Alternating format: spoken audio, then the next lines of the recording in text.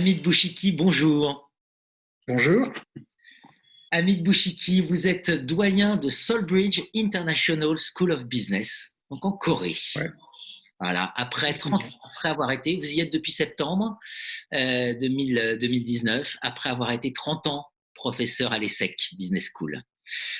Hamid Bouchiki, on imagine évidemment qu'il est extrêmement difficile de disserter sur la croissance, le monde, etc. Mais je crois savoir que vous travaillez déjà à l'après. Voilà. Alors, est-ce que vous pouvez nous faire un petit retour d'expérience sur la situation en Corée, d'une manière générale, la façon dont vous avez vécu la crise, et puis ensuite on parlera des business schools et des enseignements peut-être qu'il faut en tirer. Merci beaucoup Jean-Philippe. Alors, comment est-ce que nous vivons la crise en Corée? Nous la vivons toujours, hein, mais en trois phases. Nous avons eu une première phase où, en gros, ça se passait en Chine et nous n'étions pas très concernés. Le gouvernement n'était pas spécialement inquiet. Et puis, deuxième phase où il y a eu apparition donc des premiers cas positifs en Corée et il s'est avéré que c'était quand même qu'il y avait un gros foyer dans une secte des églises, mais c'est une secte un peu chrétienne, mais qui n'est pas reconnue comme une église chrétienne. Donc c'est ça, quand il y a eu ce premier foyer là, le gouvernement s'est inquiété, il a déclenché un peu la grande opération de gestion de crise qui est remarquable à plus d'un point. Et puis, je dirais ce qui est remarquable dans la gestion. Donc, ça, c'était la deuxième phase, la gestion de la crise. Et la troisième phase, là, nous sommes plutôt, on va dire, dans la sortie de crise. Depuis quelques temps, nous sommes dans la sortie de crise. Et puis, on commence un petit peu à l'activité commence à se normaliser. Mais la question sera après, qu'est-ce qui va se passer dans le reste du monde parce que la Corée dépend beaucoup de l'économie mondiale. Alors, dans la gestion de crise, il y a deux, trois choses qui m'ont vraiment beaucoup marqué et impressionné. Le premier fait remarquable à propos de la Corée, c'est la à gérer une crise comme celle-ci. La Corée a été frappée par le virus, le SARS, et par un autre virus, le MERS. Il y a quelques années, il y a eu des victimes et donc l'opinion publique a été quand même très critique vis-à-vis des autorités à l'époque. Et du coup, le gouvernement coréen s'est préparé à une pandémie. Et quand le Covid-19 a frappé en Corée, le pays était prêt et très rapidement, le gouvernement a travaillé avec des laboratoires pour développer des tests. Très rapidement, le pays a déployé un dispositif massif de tests et on a vu ouvrir comment dire, des centres, ce qu'on appelle des drive-thrus. On vient avec sa voiture et puis on reste dans sa voiture et il y a le prélèvement se fait quand on reste dans ça. Donc, le déploiement de ce dispositif de test, dispositif massif de test, c'est vraiment remarquable. Et du coup, ça permet d'identifier les cas. Et puis après, dans la gestion des cas, une fois que les cas sont identifiés, la technologie permet de savoir qui est confiné où. Donc, on reçoit des annonces tous les jours et nous disant il y a eu un tel cas à tel endroit et la personne est passée par tel et tel endroit. Et puis, il y a une application qui vous alerte si vous marchez dans la rue et que vous approchez d'un endroit où il y a eu, sur les derniers 24-48 heures, un cas positif. On va vous alerter. Là, vous approchez d'un endroit où un porteur positif a été identifié il y a un jour ou deux. Donc, du coup, comme la population sait où sont les cas, comme c'est localisé et géré, la vie ici a continué même pendant la crise. La vie normale a continué. On n'a jamais confiné les gens. Les centres commerciaux n'ont pas fermé, les restaurants n'ont pas fermé. Alors, on a fermé les universités, les écoles universités, les salles de sport aussi. Donc ça, du point de vue des autorités, la gestion par les autorités, mais il y a aussi le comportement de la population qui, vraiment ici, d'ailleurs c'est toujours en cours, la ville de Daegu. Daegu, c'est une ville qui est au sud-est du pays, 2 millions d'habitants, et c'est là où il y a 70% des cas. Daegu et autour.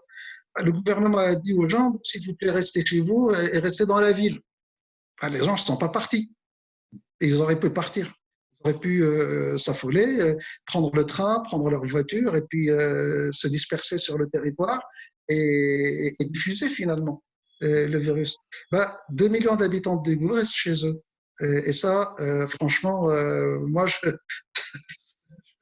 ça interpelle pas mal quand même. Hein. Donc voilà, et puis un système de santé derrière, c'est un système de santé qui est d'une très grande efficacité et qui a aussi la caractéristique d'être un système de santé public mais privé. Absolument. Vous avez écrit un petit texte hein, sur Facebook au moment où Oui. vous posiez beaucoup de questions. The price of the right thing.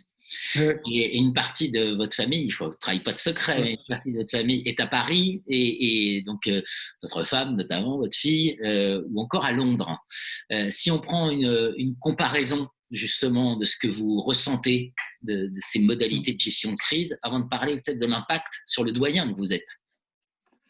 L'impact sur le doyen, il est double. C'est-à-dire que, en tant que doyen, vous avez une responsabilité de gestion de crise parce que notre campus, à l'heure où je vous parle, nous n'avons pas encore ouvert le campus. Et donc, nous avons eu une grande phase d'incertitude et puis d'inquiétude par rapport pour nos étudiants, pour nos collaborateurs. Il a fallu pendant 3 semaines que nos collaborateurs travaillent à distance. Et puis, avec toutes les interrogations après, aussi sur la pérennité de l'école, c'est une jeune école dont les finances ne sont pas forcément très, très solides. Hein, tout ça est précaire. Et puis, on s'inquiète voilà, on a beaucoup de raisons de s'inquiéter. Mais on doit assurer le service. Je veux dire, on est là. Le doyen, c'est celui qui doit s'inquiéter. En tout cas, qui doit communiquer. Il doit communiquer une certaine maîtrise de la situation et puis donner du courage à tout le monde et puis rassurer que tout ça, ça va passer et puis qu'on va repartir. Et tout. Mais sur le plan personnel, c'est un peu différent. Ça, que sur le plan personnel, oui, ma famille est entre Paris et Londres et je ne suis pas en mesure de les voir. Parce que si je quitte mon poste, je ne peux pas retourner à mon poste avant de passer 2 semaines de confinement chez moi, enfin dans mon appartement à Daejeon. Le gouvernement coréen a décidé, il a eu raison, que tous les gens qui viennent, tous les voyageurs qui viennent en Corée doivent être soumis à un régime d'auto-confinement pendant 2 semaines. Donc, il y a un prix à la responsabilité, il y a un prix. Je pensais, quand j'ai écrit ce post sur Facebook, je pensais que le prix, c'était le risque que je prenais et que je faisais prendre à ma famille de retourner en Corée. J'étais en voyage en France. En fait, le risque s'est avéré quelques semaines plus tard dans l'autre sens. Le risque, c'est d'être ici en Corée, d'être en et de l'opposte et en responsabilité, puis avec une situation familiale qui est potentiellement un peu inquiétante, mais bon, aujourd'hui, heureusement, tout va bien encore, on va dire, et j'espère que ça durera. Et je m'adresse au professeur de management, m'avait confié, vous dites, voilà, il va falloir qu'on révise la manière dont on enseigne ce que l'on a prêché pendant des années. Là, tout ça, c'est réinterrogé par la crise. Ça fait interroger par la crise, ça fait interroger à 2 niveaux.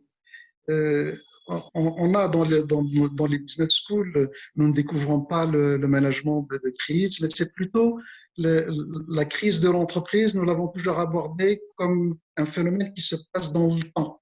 Il y a de la durée et on voit une business unit, pardon pour le jargon, on voit un business décliné en quelques mois, en quelques années. Et donc, on a le temps de mettre en place un plan de restructuration ou de retournement, etc. Mais on a le temps, quoi. Là, ce qu'on constate, là, c'est que en quelques jours, en quelques semaines, je veux dire, une entreprise qui peut faire passer de quelques milliards de chiffre d'affaires à zéro.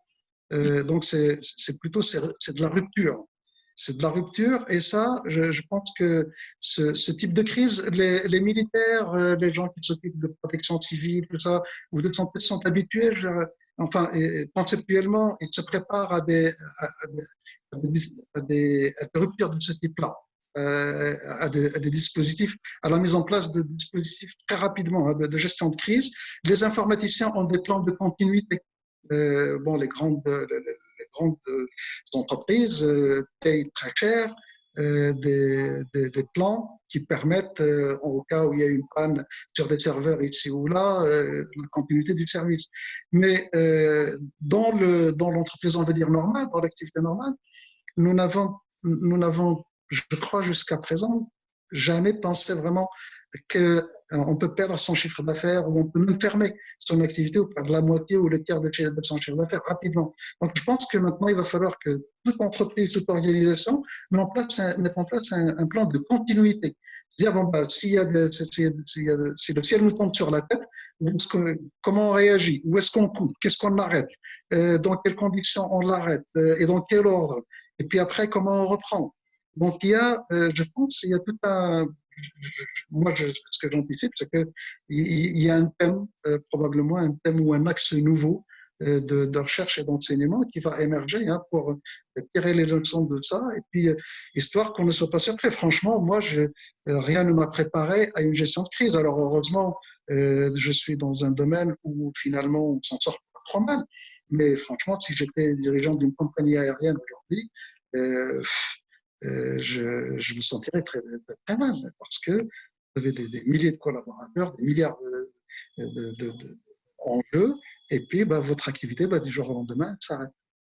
Là, il faut aussi qu'on se prépare à ça. Préparer la catastrophe. Ah, bah oui, bah oui.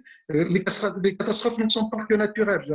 Oui, préparer l'entreprise à la catastrophe. Je pense que ça va être un thème. Ça va être un thème important. Peut-être un dernier point, Hamid. J'imagine que vous envisagez le rebond. En tant que doyen, comment on prend la question des investissements futurs, voilà. Est-ce que ça change les paramètres de décision? Évidemment que ça les change, mais comment? Oui.